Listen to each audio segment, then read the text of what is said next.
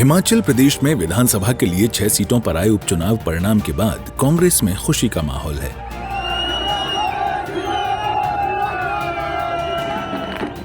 क्योंकि उन्होंने 6 सीटों पर हुए उपचुनाव में से 4 सीटों पर जीत दर्ज कर ली है।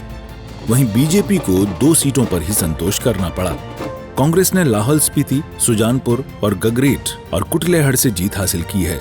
वहीं बीजेपी ने बड़सर और धर्मशाला में जीत का परचम लहराया है।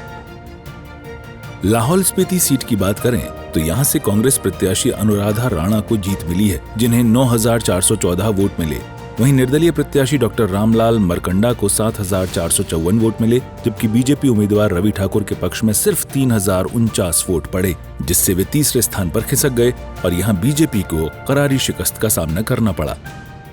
लाहौल स्पीति विधानसभा उपचुनाव के निर्दलीय प्रत्याशी डॉक्टर रामलाल मरकंडा ने प्रेस को संबोधित करते हुए अपनी हार को स्वीकार कर लिया है और कहा कि वो जनादेश का सम्मान करते हैं। लाहौल स्पीति की जनता का धन्यवाद करना चाहूंगा। मैं बतौर निर्दलीय प्रत्याशी के रूप में चुनाव लड़ा हूं। इस चुनाव में मुझे लगता था मैं शायद विजय हासिल कर पाऊंगा। उसके बावजूद भी जो मैंडेट जो लोगों ने मतदान मुझे दिया है, मैं उनको धन्यवाद करना चाहूंगा। एक नेशनल पार्टी बीजेपी पार्टी के कैंडिडेट का जमान जब्त हुआ है, उससे मुझे काफी नुकसान हुआ है। अन्यथा मैं ये सीट जीतता। लाहौल स्पीति की जनता का धन्यवाद करना चाहूंगा। सुजानपुर सीट की बात करें तो यहां कांग्रेस प्रत्याशी कैप्टन रंजीत राणा को 29,529 वोट मिले, जबकि बीजेपी उम्मीदवार राजेंद्र राणा को 27,089 वोटों से ही संतोष करना पड़ा।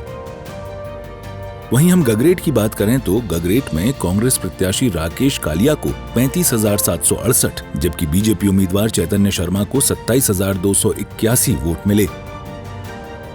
वहीं कुटलेहड़ में कांग्रेस प्रत्याशी विवेक शर्मा को 36,853 वोट मिले और बीजेपी उम्मीदवार देवेंद्र कुमार को 31,497 वोट ही मिले। बीजेपी की बात करें तो उन्होंने धर्मशाला और बड़सर विधानसभा सीट पर जीत हासिल की है। धर्मशाला सीट पर बीजेपी ने सुधीर शर्मा को अपना उम्मीदवार बनाया था, जिनके पक्ष में 28,066 वोट पड़े। वहीं कांग्रेस ने देवेंद्र सिंह उर्फ जग्गी को अपना उम्मीदवार बनाया था, जिन्हें 22,540 वोटों से ही संतोष करना पड़ा। वहीं बड़सर सीट की बात करें तो बीजेपी की ओर से इंद्रदत्त लखनपाल चुनावी मैदान में थे, जिन्हें 33,086 वोट मिले। वहीं कांग्रेस प्रत्याशी सुभाष चंद को 30,961 वोटों से ही संतोष करना पड़ा।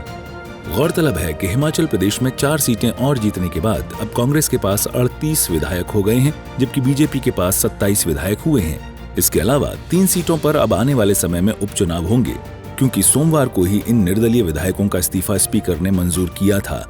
अब देखना यह है कि हिमाचल प्रदेश की सियासत में कौन सा उफान उठता है। ब्यूरो रिपोर्ट, सूर्य समाचार।